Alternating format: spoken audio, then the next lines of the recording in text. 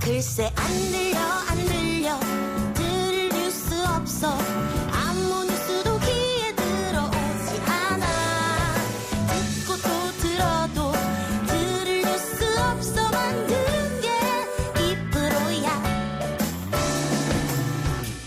이동영의 뉴스 정면 승부.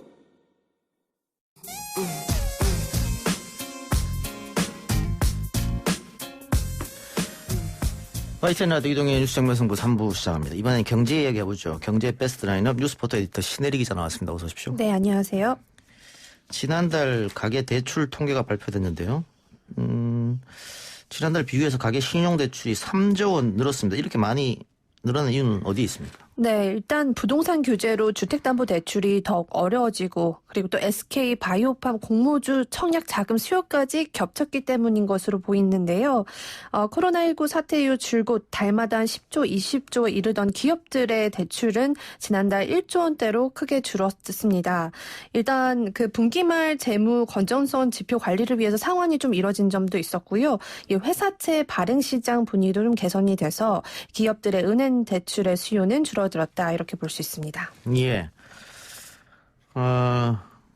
그 신용대출 눈돈은 그럼 다 어디로 가는 겁니까? 네, 아시겠지만 그 주식시장 굉장히 뜨겁잖아요. 그러면서 주식시장으로도 많이 갔고요. 그 계속해서 네. 외인들과 기관을 좀 파는 것 같은데 개인들은 매집을 계속하고 있더라고요. 맞습니다. 개인들 계속 그 주식시장 동학개미 운동을 이어가고 있는데요. 물론 주식으로도 많이 갔고 또 하나는 이제 부동산 관련한 대출, 주담대가 좀 막히면서 신용대출로 좀 그것들을 메꾸려는 그런 시도들이 좀 많았던 걸로 보입니다. 아까 전에 이제 잠깐 얘기했던 그 SK 바이오팜은 무려 그 청약을 받기 위해서 증거금 31조 원이나 들어갔거든요. 개인들의 돈이 31조 원 들어갔다는 점을 보면 그냥 현금을 가진 분도 있는데 제 주변에서도 거의 다 대출 받아서 이 청약금, 증거금을 냈던 분들이 꽤 많거든요. 또 한 가지 좀 중요한 거는요. 우리나라 주식뿐 아니라 해외 주식 순매수가 굉장히 많이 늘었습니다. 5월에 한 달만 6조 원 정도가 들어갔다 이렇게 보고 있는데 예. 이게 좀 재밌는 게 국내 주식 순매수는 한 3조 원이었는데 같은 달에 6조 원이 해외 주식으로 갔다는 거예요. 그러니까 국내 기업들은 이미 좀 많이 올랐다. 그래서 이제 해외로 좀 눈을 돌리는 것도 있었고 코로나 타격으로 사실 우리나라가 가장 먼저 이제 아시아권에서는 중국이나 우리나라가 먼저 좀 시작이 됐기 때문에 추후에 좀 타격을 입은 그런 미국이나 북미권 쪽으로 좀 더 투자가 나중에 또 많이 들어간 걸로 보입니다. 그래요. 근데 주택담보대출이 많이 늘었다. 이거는 집을 새로 살 때 주담대는 안 되잖아요. 예. 그러니까 그 전에 갖고 있던 사람들이 그 주택을 담보로 대출을 많이 했다 이렇게 보이네요. 네, 그리고 이제 주택담보대출이 좀 더 막히니까 이제 개인 신용대출도 많이 끌어서 쓴 거죠.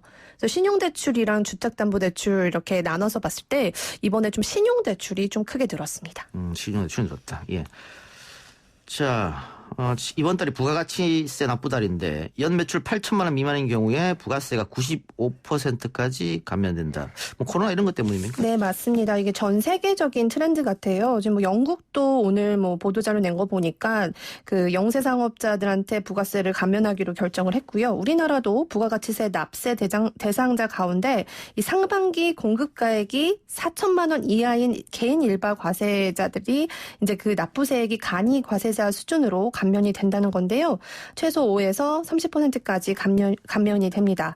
그러니까 사실상 연간 8천만 원 미만 버는 영세 사업자에 대해서는 아무래도 이제 세 부담을 좀 과감히 낮춰주자.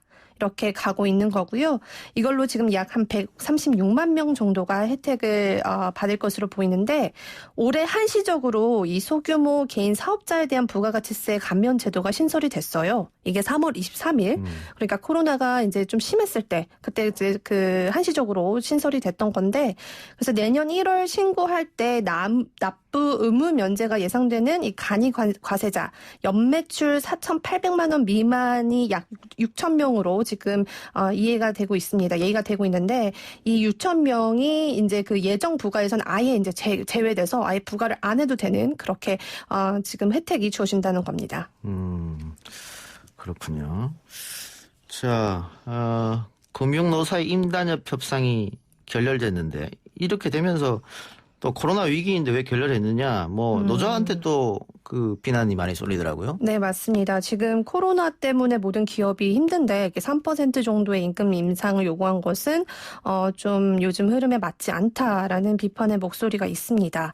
일단 금융노조는 이번에 3% 인상안을 제시를 했고요. 사측은 처음 동결을 계속 주장을 했다가 결국 0.3%의 인상률을 내놨습니다. 그러니까 양측의 그 갭이 너무나 큰 거죠. 3에서 0.3%. 그러면서 지금 계속 그 임담협 협상이 결렬될 것으로 보이는데요. 또 이제 그 임금 이외에 또 점심시간에 문을 닫자고 주장을 하고 있습니다. 점심시간만은 보장해달라라는 건데 이게 이제 우리나라 은행이 점심시간에 이제 계속 운용을 하잖아요. 그래서 결국에는 사측은 점심시간에 찾는 고객들의 이용 불편 때문에 안 된다라고 얘기를 하고 있고, 노조 쪽에서는 임금 영업점이 순차적으로 이 점심시간을 좀 가지면 안 되냐. 그러니까 뭐 만약에 그 상암동에 있는 K은행, 뭐 BK은행 이렇게 영업점이 따로 이렇게 많지 않습니까? 그래서 뭐 A 지점은 12시에서 1시, 뭐 B 지점은 1시에서 2시 이렇게 하면 고객들의 불편이 줄어들 것이다라고 하고 있지만 사측은 여전히 이제 이에 대해서는 별로 이제 수긍하지 않는 분위기입니다. 예. 이렇게 갈리는 이유가 어디 있을까요? 일단은 올해 은행권의 실적이 좋지 않을 것으로 전망이 되고 있습니다. 아까 전에 말씀드렸듯이 이제 신용 대출이 오히려 증가했으면 은행들의 이자 장사가 잘 되는 거 아니냐라는 생각이 있을 수도 있는데요. 워낙 이제 이자가 낮다 보니까 지금 저금리로 인한 그 이자가 굉장히 낮아지고 있다 이렇게 보고 있거든요. 그래서 2분기 실적이 최소 한 18%에서 20% 낮아질 거다라는 시장들의 분석도 나오고 있습니다. 예. 자, 여름 휴가철이 이제 돌아왔습니다. 뭐 코로나19 때문에 외국을 나가기 어렵지 않습니까? 그러다 보니까 이제 국내 여행으로 이제 발길을 많이 돌리게 됐는데 주요 관광지 방값이 급등한다고 해요. 네, 방값이 최근에 2배 이상 급등했다라는 기사 많이 나왔는데요. 일단 두 가지입니다. 국제 여행이 거의 막혔잖아요. 예. 그러니까 사람들이 이제 여름철 휴가는 국내로 간다. 요거고요. 또 그 3월에서 5월 달이 사실상 결혼식 성수기였는데요. 그때 결혼을 못한 분들이 지금 여름에 많이 하고 있거든요. 그러면서 신혼여행지를 국내로 많이 가신다고 합니다. 그러면서 이 국내 호텔 가격이 거의 2배에서 3배 가까이 올랐다. 이런 분석이 나오고 있습니다. 예. 근데 아무리 그래도 뭐 1박에 100만 원이 넘는다는 건 좀 심한 거 아닙니까? 네, 이거는 이제 고급 호텔이나 예. 펜션 기준 정도고요. 근데 실제로도 뭐 하룻밤에 한 10만 원 했던 일반 그 숙소도 요즘 접속해 보면 거의 하루에 2-30만 원대로 올라섰더라고요. 성수기여서 그럴 수도 있습니다만. 네. 이거 외국 여행을 못 가니까 이제 국내 여행으로 몰리는데. 네. 뭐 이때가 기회다라고 이렇게 방값을 올려야 네. 나중에 정상화가 되면 그때는 또 어떻게 하려고 그러는지 모르겠네. 네, 그럴 수도 있고 또 숙박업계에서는 워낙 타격이 컸기 때문에 이때라도 어떻게 좀 돈을 버는 게 좋다. 이때라도 이제 수익을 좀 챙기자라는 분위기가 계속 확산되면서 예. 사실 이게 뭐 규제할 수 있는 부분은 아니기 때문에요. 그렇게 되고 있고 지금 한 가지 또 소식이 나오는 게 그 우리나라 정부가 여행업 관련해서 쿠폰을 발급을 할 예정이었는데 이게 7, 8월에 워낙 성수기다 보니까 9월부터 이 쿠폰을 발급해서 소비를 좀 촉진시키는 방안도 지금 이야기가 되고 있습니다. 알겠습니다. 넷플릭스 구독자가 줄어들었다. 이제 코로나19 사태로 넷플릭스나 왓챠 이런 서비스 구독자들이 늘어났지 않습니까? 집에만 있다 보니까 아무래도 맞습니다. 영화관도 네. 못 가고 뭐 야외 활동도 못 하고 친구 만나기도 어렵고 하다 보니까 집에서 이런 넷플릭스나 왓챠를 보자. 그런데 왜 구독자가 줄어들었을까요? 그러게요. 평생 잘 나갈 것 같았던 기업들이 최근에 조금 감소되고 있다. 구독자들이 줄어들고 있다는 소식이 나오는데 한마디로 이제 볼 게 없다는 겁니다. 어떻게 보면 3월부터 5월까지 다 몰아서 다 보신 분들이 있으실 수도 있는데 이런 넷플릭스나 왓챠의 그런 구독자들이 더 이상 이제 이전에 컨텐츠 소비에서 좀 실증을 느끼고 있다는 분석이 나오고 있거든요. 저도 넷플릭스에 접속하면 네. 뭘 볼까 고르는데 1시간 걸립니다. 네. 워낙 또 컨텐츠도 많고 네. 하다 보니까 이걸 다 볼 수 없잖아요. 그러니까 상대적으로 그걸 다 보지 못하는 분들이 내가 이 돈을 내면서까지 네. 이걸 구독해야 돼라는 심리가 발동되고 있는 것 같습니다. 흥미 있는 것들 이미 다 봐버렸고 예. 나머지는 이거 선택해야 돼 말아야 돼 이러면서 네. 그러다 보니까 이제 좀 빠지는 그런 케이스가 생기네요. 그래서 반면에 우리 진행자님이 하시는 그런 채널, 유튜브 채널들은 예. 계속 꾸준히 이제 증가가 되고 있거든요. 왜냐하면 골라서 콘텐츠를 볼 수 있잖아요. 물론 예. 그런 골라서 보는 것들 비슷하긴 하지만 트렌드에 맞춰서 바로 반영되는 뉴스들도 뜨고 하다 보니까 오히려 이제 유튜브 같은 플랫폼들은 계속 꾸준히 증가세를 유지하고 있습니다. 어제 제가 한 유튜브 슈퍼챗 1위 했습니다. 축하드립니다. 네. 요즘 정말 계속 성장을 좀 달리고 있는 채널들이 많지 않은데 저도 몇 번 봤는데 참 어떻게 비결이 뭔가요? 저도 좀 늘려야 되는데.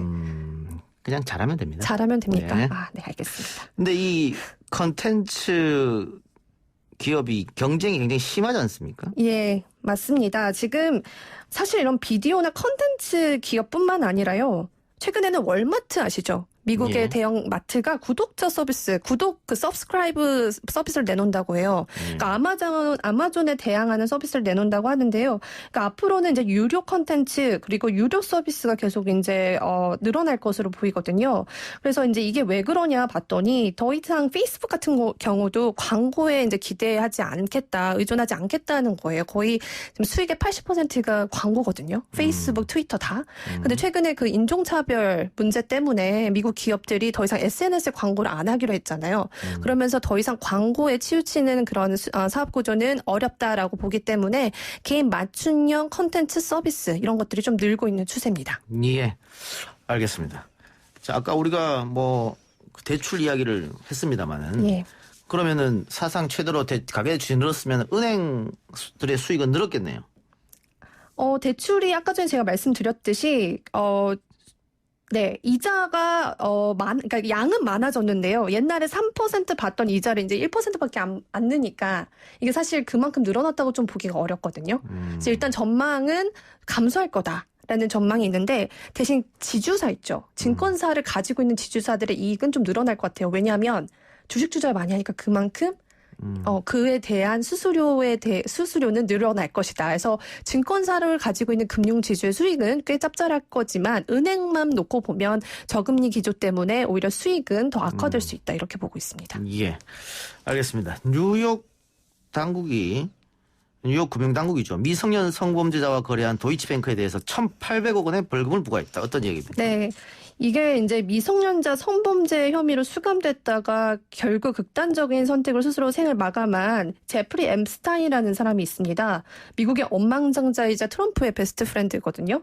근데 이 사람이 과거에 이제 독일 대형 은행이랑 같이 이제 거기에 계좌를 두고 그 성범죄에 관련한 수익을 그 계좌에다가 이제 거래를 했다라고 이제 조사가 되면서 이 도이치뱅크의 금융당국이요 1,800억 원의 벌금을 부과를 했습니다. 그러니까 이게 뭐냐면 우리나라 조주빈이나 엠번방 이런 사건들 있잖아요. 그 사람들도 결국에 우리나라 은행들과 계좌를 트고 거래를 했을 텐데 그런 이제 불법 자금들을 면밀히 모니터링하지 않았다는 이유로 은행에 벌금을 매긴 겁니다.